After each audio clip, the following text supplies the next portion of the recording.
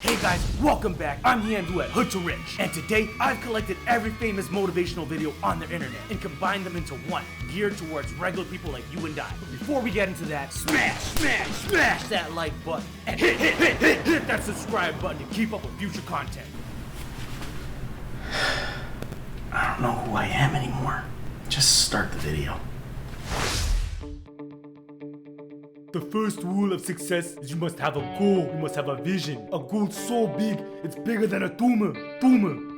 If you don't have a goal of where you're going, you just drift around, never going anywhere. You might even end up in a chopper.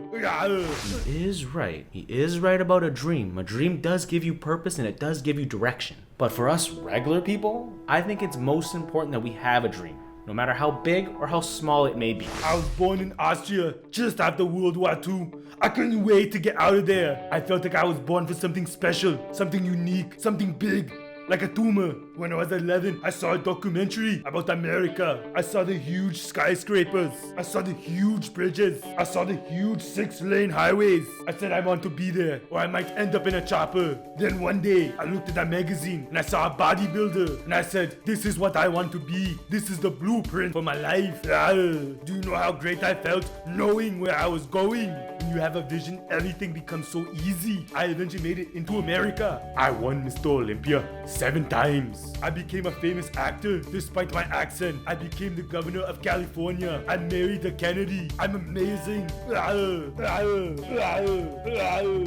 he started off strong, but holy Arnold, not everyone is built like you, mentally or physically. Like he's really out here trying to accomplish all the goals, like every single goal. Got me over here feeling all dumb with my little baby dream, trying to be slightly above middle class. Whatever, I'm grown. No one can make me feel bad but me. Next. I was evicted when I was 14. I played football in college. Warren Sapp took my spot. Just like that. I had to play in the CFL. Paid me $250 Canadian. That's like $2 American. I had to send that shit home to my ex-wife. And then I got cut from the CFL. I had $7 in my pocket. So anytime I have a big match, I gotta wrestle the biggest dude in the WWE. I gotta go on set before I enter these big moments, because I remember the hard times. It allows me to see things from a different perspective. I keep my back right here. I keep my back against this pardon my language.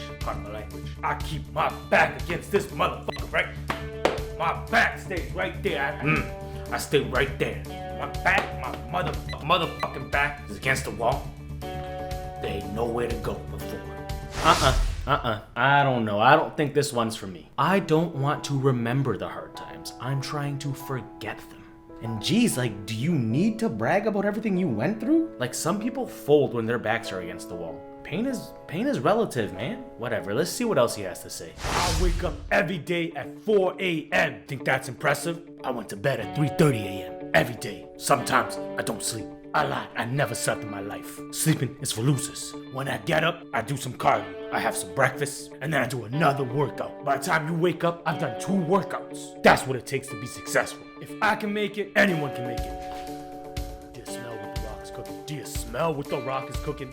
Do you smell what the rock is cooking? Bro, are you serious? 4 a.m.? I can't do that, not every day. And he wants to talk about how he never sleeps. Like, that's what it takes to be successful? Like, how are you gonna gas yourself up about 2 workouts before I wake up and then turn around and tell me if you can do it, then I can do it? Yeah, I can smell what the rock's cooking. He's cooking crack. And maybe he's smoking it too. Talking crazy like that.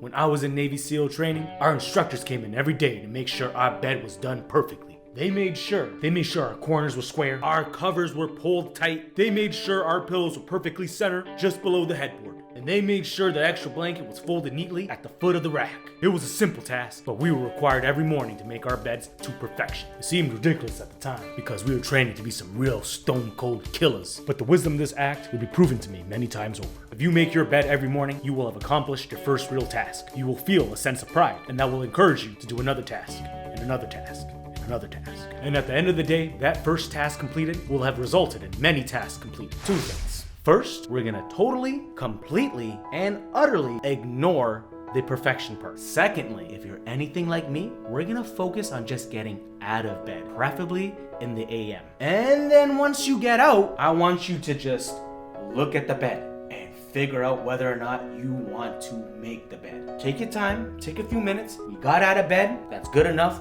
baby steps. But I do agree with him. Every time I've made my bed right when I got up, my day has started off more productively. So thank you, Admiral McRaven. Truly, thank you. The reason why you broke is because you getting the reward and not putting the work in. Some people taking your spot, and they shouldn't be taking your spot, but it's easy. It's easy because you average. Nothing special about you. You below average. Maybe you're around average, who knows? You see, I'm not scared of the kid coming from my spot. If he does take my spot, he's gonna have to do it with sweat, tears, and blood. He's gonna have to wake up at 2:30 in the morning every day. And if he does that, he deserves my spot. Why? Because I'm amazing. I'm a hard worker. I work hard. I work harder than anyone. No one's ever worked harder than me. I'm the hardest worker. You not like me. I wake up at 2:30 in the morning. You wake up after that. Trash. Garbage. But if I can do it, you can do it too. Hold up, I'm not ready to let this guy talk to me like this. Right when I thought we were getting somewhere, this motherfucker.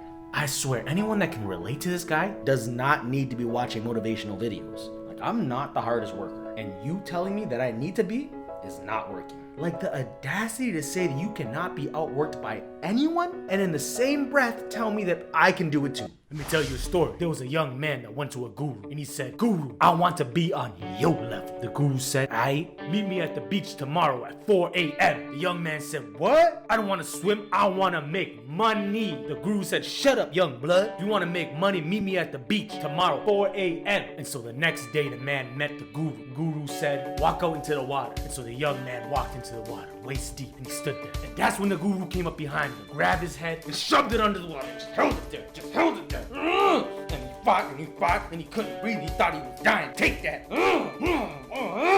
Shut up. Fuck up. And then he pulled his head up. The guru held his head in his hand and he said, "Look at me. When you want to succeed as badly as you wanted to breathe, that's when you'll be successful." Whoa, mad aggressive. Pump the brakes. Like, I know for some people, this is what they need to hear to get motivated. And I personally think that these people will make it no matter what, because that's just who they are and they got it in them. But for me, hearing this clip for the first time, it actually did the complete opposite. You see, the problem for me is that I don't know how to want something that badly. And I can flat out be lazy more than I'm not. And I may not believe in myself as much as I should, but that doesn't mean I can't chase my dreams. And that doesn't mean I can't give it a try. Sure, I'll give up along the way, but it's so important to remember that you can't stay giving up. When you do give up, you gotta keep trying. Because even though you might not believe in yourself just 50%, let alone 100%, when you realize that you do deserve a try and you do try, things just fall into place. Slowly, step by step, you'll notice that without even trying, you're starting to work a little harder. And as your dream starts to materialize, you'll want it more and more. And eventually, you'll believe in yourself wholeheartedly. Because at that point, you've already proven yourself that you're capable. Thanks for watching. I'm Hien at Hood to Rich, and I'll see you next time.